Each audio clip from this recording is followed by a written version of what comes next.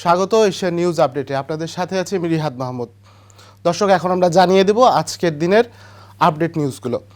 আসন্ন জাতীয় সংসদ নির্বাচন ও গণভোটকে সামনে রেখে আইনশৃঙ্খলা কার্যক্রম সমন্বয় করার জন্য আজ আইনশৃঙ্খলা বাহিনীর সঙ্গে বৈঠক করবে নির্বাচন কমিশন। সভায় সভাপতিত্ব করবেন নির্বাচন কমিশনার ব্রিগেডিয়ার জেনারেল অবসরপ্রাপ্ত আবুল ফজল মোহাম্মদ সানাউল্লাহ। এতে নির্বাচন কমিশন সচিবালয়ের সিনিয়র সচিব সহ সংশ্লিষ্ট দপ্তর, বিভাগ, বাহিনী ও সংস্থার প্রতিনিধিরা উপস্থিত থাকবেন।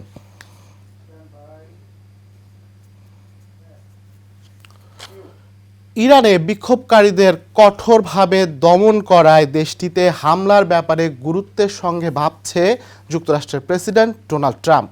সংবাদ মাধ্যম নিউ ইয়র্ক টাইমসের এক প্রতিবেদন থেকে জানা গেছে, ইরানে কিভাবে হামলা করা যায় এ ব্যাপারে ট্রাম্পকে ব্রিফ করেছেন সংশ্লিষ্ট কর্মকর্তারা।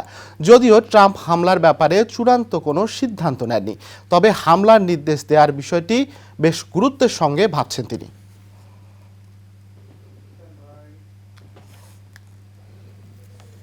ছিল এশিয়ান নিউজ আপডেটের এখনকার আয়োজন। আমাদের পরবর্তী সংবাদ দেখার আমন্ত্রণ রইল।